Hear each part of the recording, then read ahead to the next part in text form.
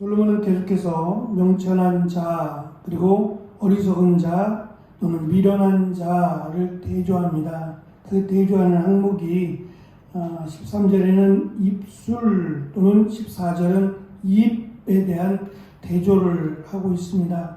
어제도 말씀드린 것처럼 이 입 또는 말이라고 하는 것은 너무도 쉽게 누구나 할 수 있는 또 가장 많이 사용하는 것이라고 했습니다. 그런데 그 입에 어떠한 말을 담느냐에 따라서 지혜 있는 자가 되고 또 어떠한 경우는 미련하고 어리석은 자, 특별히 멸망에 이르게 되는 끔찍한 어려움을 겪는 그런 일들이 이 입 또는 말에 의해서 결정이 된다라고 하는 것을 솔로몬은 강조합니다. 13절에서는 명철한 자의 입술에는 지혜가 있다라고 하는 말은 이 지혜로운 말을 하기 때문에 그는 다른 사람으로부터 억압을 당하거나 매맞을 일이 없다라는 것을 강조하고, 반대로 지혜 없는 자로 소개하는 미련하고 어리석은 자들은 이 말하는 것 때문에 그에게는 이 채찍을 옆에 두어서 채찍으로 등을 때린다는 겁니다. 미련해서 다른 사람의 말을 기울이지 않기 때문에 하지 말라라고 하는 말을 듣지 않아서 결국 그는 옆에 채찍을 두고 이 때려서라도 말을 듣게 해야 그가 멸망으로 가지 않는다라는 것을 강조합니다. 보통 채찍으로 설명되는 좀 끔찍해 보이는 도구긴 한데 우리식으로 보면 채찍이라고 하는 것이 우리식의 회초리하고도 비슷합니다. 예수님이 십자가에 달리시면서 맞았던 군병들로부터 맞았던 채찍은 좀 다른 용도로 사용되는 겁니다. 그것은 이제 전쟁에서 이 포획한 자들, 전쟁에서 잡아온 자들을 고문하기 위해서 만든 도구였어요. 그래서 이 채찍 중간중간에 쇠조각이나 이 짐승의 이라든지 이런 날카로운 조각들을 심었어요. 채찍 중간중간에 심어서 그 채찍을 휘두르면 그 등에 이 채찍의 곳곳에 박혀있는 이 날카로운 도구들이 박히고 그 채찍을 떼어내면 그 날카로운 도구들로 인해서 피부가 상하고 또 다치게 되는 그런 목적을 가진 도구였어요.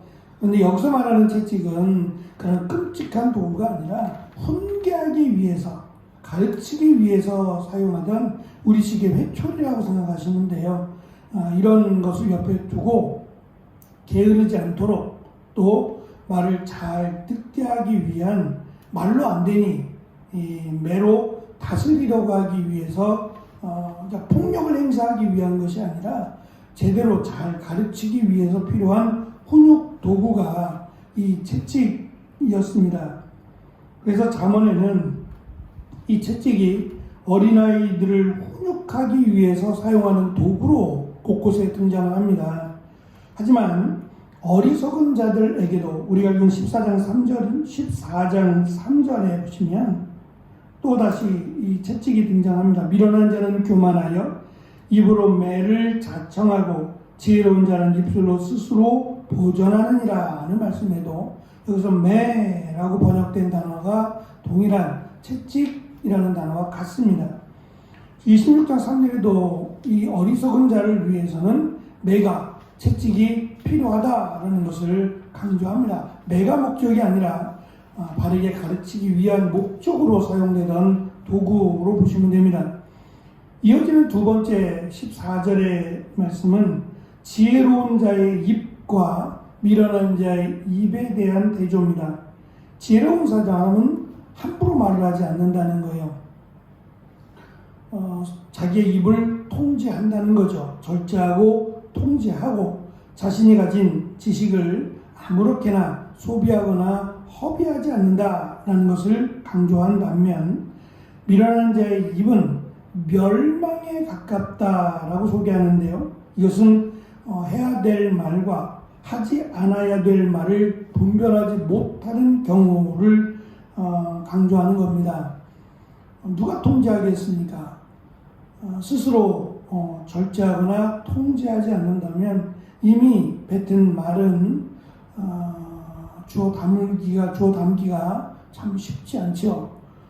그래서 지식이 많은 사람도 이 말 때문에 이 말을 잘못 사용함으로 어려움을 겪는 경우들이 많습니다. 2011년도에 미국 애리조나주에 총기 사건이 발생을 합니다. 이 총기 사건으로 말미암아 이 나이가 어린 학생들이 많이 죽게 됩니다.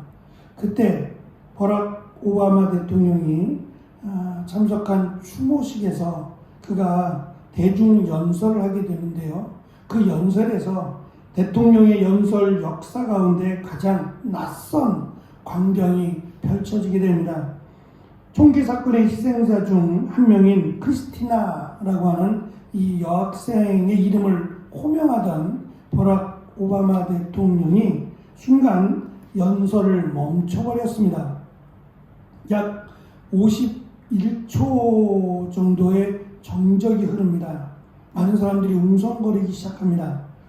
무슨 일인지? 왜 그러지? 라고 하며 웅성거릴 때에 시간은 여지없이 흘렀고 오바마 대통령은 말없이 호흡을 가다듬습니다. 호흡과 호흡 사이에서 비통함과 안타까움이 뒤섞인 슬픔의 덩어리 같은 것이 밖으로 새어 나오듯 했고 오바마 대통령은 시선을 허공에 두었고 그의 눈물을 참으려는 듯 두 눈을 연신 깜빡였습니다. 복받치는 슬픔을 억누르며 감정을 추스느니라 차마 말을 잇지 못했던 겁니다. 이 모습을 나중에 이 연설의 장면을 표현하면서 말 그대로 51초의 무언 연설에 대한 평이 이어졌습니다. 뉴욕 타임즈에서는 오바마 대통령이 두 딸의 아버지로서 그의 모습을 이렇게 평가했습니다. 대통령은 미국 국민과 말만 주고받은 게 아니라 마음을 나눴다. 오바마의 재임 기간 중 가장 극적인 순간이 될 것이다 라고 하는 찬사를 내어놓았습니다. 아무 말도 하지 않았는데요.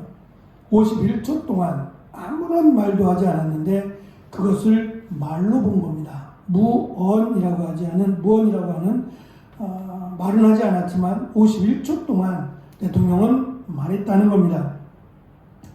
오바마는 말을 잘하기 위해 쓰기보다 특정한 지점에서 말을 거두어 드리기 위해서 애를 썼다라는 거죠. 그것이 51분의 말을 한 것보다 51초의 무언의 연설이 더 많은 사람들에게 감동과 또 그 사람들에게 많은 울림을 주었다라고 하는 평이었습니다. 우리가 여름이 되면 이제 휴가를 말합니다. 바캉스라고 말을 하는데요. 이 바캉스라고 하는 단어가 라틴어인 바카티오라고 하는 단어에서 유래한 겁니다. 이 바카티오라고 하는 단어의 뜻은 텅 비어 있다는 뜻입니다. 바캉스는 무작정 노는 것이 아니라 비워내는 겁니다. 내가 가득 찼던 스트레스로 인해서 가득 찬 내 자리가 있어야 될 것들이 이 쓸모없는 것들, 나를 해하는 것들로 가득 찬 것들을 비워내고 오는 겁니다. 그래서 다시금 내 안에 필요한 것들을 채울 수 있도록 비워내는 시간이 바로 바캉스라고 하는 의미가 있습니다. 진정한 쉼은 우리의 어깨를 짓누르는 무언가로부터 자유로워지는 것이라고 하는 의미일 겁니다. 쉼은 우리에게도 필요하지만 말에게도 쉼이 필요하다고 합니다. 사람들에게 그럴싸한 말을 쉴 새 없이 쏟아내고 있기 때문이기도 하죠. 듣기도 하지만 나 또한 필요 없는 하지 않아도 되는 말들을 쉴 수 없이 쏟아냄으로 말미암아 나에게도 스스로가 알지 못하는 스트레스가 가득 찬다라는 말입니다. 말을 많이, 쓸데없이 말을 많이 하는 것보다 적절한 때에 말을 거두고 진심을 나눌 수 있다라는 것이 훨씬 더 중요하다라고 합니다. 오히려 숙성되지 못한 말은 침묵보다 못하다라는 것을 이 오바마 대통령의 연설 가운데 우리에게 보여주었습니다. 솔로몬 역시도 지금 우리에게 지혜를 강조하면서 말을 많이 하기보다는 오히려 말을 통제하고 말을 다스리고 또는 말을 내면에 감추라고 말을 합니다. 그리고 꼭 필요한 곳에 꼭 필요한 사람에게 그 지혜의 말을 전하라고 우리에게 가르치고 있습니다. 별것 아닌 것 같아요. 왜냐하면 누구나 하는 것이 말이고 또 쉴 새 없이 우리가 듣게 되는 것이 말이기 때문입니다. 그러나 이 수많은 말이 공예가 될 수 있고 이 말들이 사람을 죽이는 말이 되기도 합니다. 그 많은 말 중에서 사람을 살리는 말이 과연 얼마나 될까요?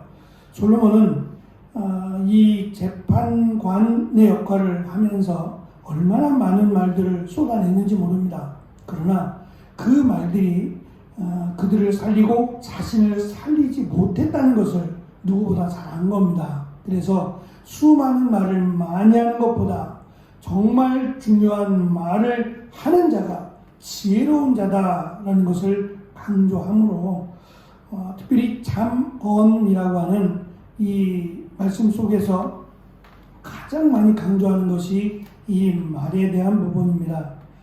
말씀드린 제가 최근에 읽고 있는 몇 권의 책들이 이기주라고 하는 작가의 책입니다.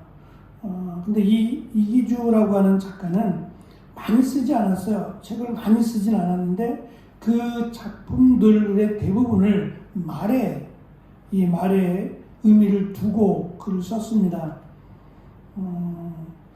제가 나중에 한번 좀 읽고 있는데 소개를 좀 할까 하는 마음도 있습니다. 조그마한 책인데 이 책들 중에 말의 온도라고 하는 또는 말의 품격이라고 하는 책을 제가 지금 읽고 있는 책은 말의 품격인데 오늘 말씀드린 내용도 그 내용 가운데 있는 내용이기도 합니다. 많은 것들을 제가 느끼면서 말이라는 게 이렇게 소중한 거구나. 말이라는 것이 그냥 누구나 쉽게 할 수 있지만 쉽게 해서는 안 되는 거구나 라는 것을 많이 깨닫고 있습니다. 저도 말을 많이 하는 편이잖아요. 하나님의 말씀을 이제 전하면서 그 예배 가운데 가장 많은 시간을 설교로 하게 되니까 얼마나 말을 많이 하겠습니까? 그 많은 말들 중에 과연 성도들에게 울림이 되고 떨림이 되는 그러한 말들을 잘 사용할 수 있도록 그리고 이 말들을 통해서 더 하나님의 은혜가 또 하나님의 인도하심을 경험하고 고백하는 귀한 도구로 사용되도록 저도 더 힘써야겠다라는 것을 많이 느낍니다. 오늘도 우리가 사용하는 입을 통해서 말을 통해서 하나님의 영광을 드러내고 또 우리도 그 말들을 통해서 힘을 얻고 또 사람을 살리고 세울 수 있는 귀한 은혜가 있는 하루가 되시기를 축원합니다. 기도하겠습니다.